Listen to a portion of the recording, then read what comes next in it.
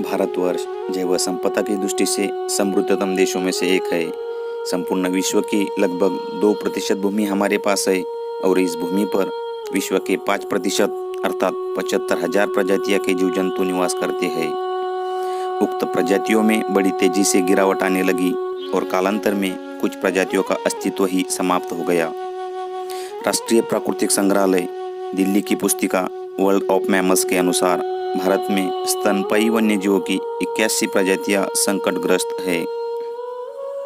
आज तक पृथ्वी से 724 प्रजातियां विलुप्त हो चुकी है और 22,530 प्रजातियां विलुप्त होने की कगार पर है। प्राकृतिक कारणों से वन्य प्रजातियों का समाप्त होना एक धीमी प्रक्रिया थी, परंतु आधुनिक युग में जब से बंदूक का आविष्कार हुआ तब से वन्य जीवन को असहनीय क्षति पहुंचाई जा रही है। कहाँ पर कृषि विकास के नाम पर तो कहाँ औद्योगिक विकास के नाम पर। हद तो तब हो गई जब इन्हें शिकार व मनोरंजन के लिए मारा जाने लगा। अफसोस है हमारी अति महत्वाकांक्षा और पैसों की लालच का शिकार जंगली जानवर हो रहे हैं, जिनका बसेरा सिर्फ जंगल है। इसी वजह से भारत में पाए जाने वाले कुछ जंगली जानवर अपने अंत की कगार पर है। जिनके लिए कुछ कदम नहीं उठाए तो हो सकता है अपनी आने वाली पीढ़ियां उन्हें कभी देखना। तो चलिए आज हम भारत के लुप्तप्राय प्राणी देखेंगे। भारतीय गेंडा विश्व का चौथा सबसे बड़ा जलचर जीव है। नॉर्थ ईस्ट में पाए जाने वाला यह जानवर अपने सींग की विशेषता के कारण हमेशा शिकारियों के निशाने पर होते हैं। साल 1600 तक उत्तरी पश्चिमी भारत और पाकिस्तान में आसानी से दिखने वाली यह जाति बाद में इस इलाके से विलुप्त हो गई। आज यह जीव अपने आवासीय क्षेत्र के घट जाने से संकटग्रस्त हो गया है। आसाम के मानस और काजीरंगा नेशनल पार्क और नेपाल की तराई के कुछ संरक्षित इलाकों में ही पाया जाता है। आज इनकी संख्या लगभग 3,600 तक ही बची है। इनके संरक्षण के लिए भारतीय क्रिकेटर रोहित शर्मा को 2018 में ब्रांड एम्बेसडर नियुक्त किया। नीलगिरी तहर यह भारत के तमिलनाडु और केरल राज्यों में नीलगिरी पर्वत और पश्चिमी घाट के दक्षिण भाग में रहने वाला जंगली प्राणी है, जिसके निकट संबंधी बकरी और भेड़ है। यह पहले बड़े झुंडों में घास के मैदानों में चरते थे, लेकिन 19वीं सदी में इनके आखेट और अवैध शिकार की वजह से 20वीं सदी की शुरुआत में इनकी संख्या महज 100 रह गई थी, जो अब बढ़कर लगभग 2000 हो गई है। यह तमिलनाडु का राज्य प्राणी है और तमिल भाषा में इसके नाम का अर्थ है खाई की बकरी। इराविकुलम नेशनल पार्क नीलगिरी तहर के लिए प्रसिद्ध है। भारत का बेहद खूबसूरत जानवर है रेड पांडा। यह एक ऐसा जीव है जिसके बारे में बहुत कम लोग जानते हैं। इसे भालू के परिवार का सदस्य माना जाता है।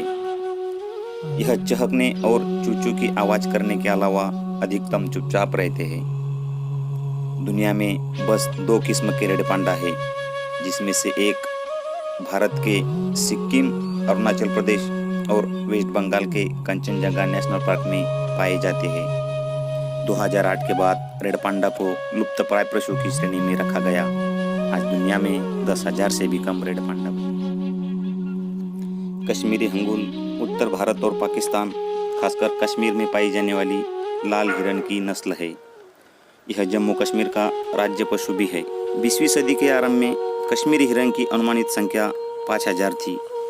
गैरकानूनी शिकार, जिन वनों में इनका वास है, वहाँ विकास और मानवीय आबादी में बढ़ोतरी से धीरे धीरे इनका नाश होता गया। 1970 तक इनकी संख्या में भारी कमी हुई और केवल 150 जीवित हंगुल बचे थे। फिर जम्मू कश्मीर सरकार ने वर्ल्ड वाइल्ड फंड जैसे अंतर्राष्ट्रीय संगठनों के साथ मिलकर योजना बनाई, जो प्रोजेक्ट हंगुल के नाम से मशहूर हुई। 1980 तक इनकी संख्या में थोड़ा इजाफा होकर यह 340 हो गई। दुर्भाग्य से 2008 तक यह फिर से घटकर 160 हो चुकी थी। आज के घड़ी में लगभग 350 कश्मीरी हंगुल जीवित है, जो कि दाचिगम नेशनल पार्क में इनको संरक्षण प्रदान किया गया है। गुजरात के कच्छ रण में पाया जाने वाला एक अनोखा प्राणी, जो न गधा है न घोड़ा है न दोनों के मेल से बनने वाला खच्चर। यह वन्य पशु दक्षिण एशिया का वंशज है, जिसे बलूची गधेरा भी कहते हैं। घुड़कर अभयारण्य जंगली गधों के लिए प्रसिद्ध है। यह भारत का सबसे बड़ा अभयारण्य है। अमिताभ बच्चन ने इसी घुड़कर का कैंपेन विज्ञापन किया था। 2016 के आंकड़े के अनुसार यह लुप्तप्राय प्राणियों की सूची में है। 2009 में इनकी आबादी 4038 और 2014 में सिर्फ 4451 बची थी। यह कृष्णमृग बहुसिंगा की प्रजाति है जो भारतीय उपमहाद्वीप में पाई जाती है। काला हिरण बहुसिंगा प्रजाति की इकलौती जीवित जाति है। यह मृग मूलतः भारत में पाया जाता है, जबकि बांग्लादेश में यह विलुप्त हो चुका है। अत्यधिक शिकार, वनों की कटाई और निवास स्थान में गिरावट के चलते काले हिरण की संख्या में तेजी से गिरावट आई है।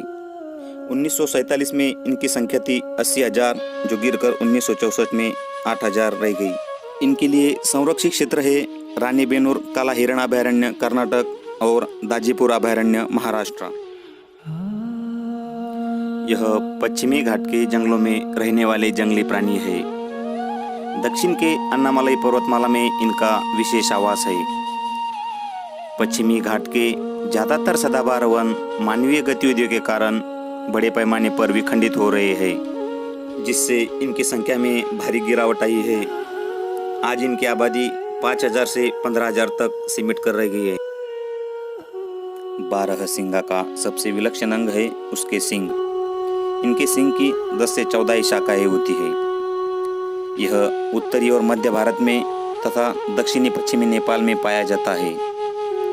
यह पाकिस्तान तथा बांग्लादेश में विलुप्त हो गया है।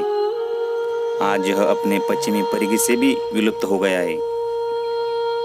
सन 2008 में इसकी जंगली आबादी 3,500 से 5,100 तक आकी गई थी।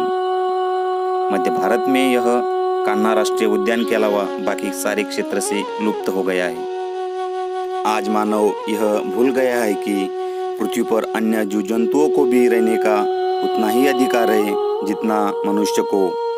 वनस्पति, जीव जंतु तथा मानव एक दूसरे के अस्तित्व के पूरक है।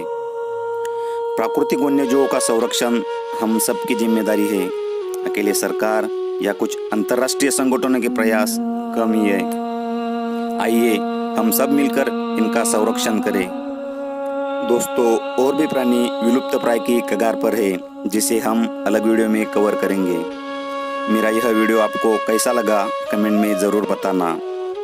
और अभी तक आपने मेरा चैनल सब्सक्राइब नहीं किया है तो प्लीज़ सब्सक्राइब करें, लाइक करें और बेल आइकन दबाना ना भूलें।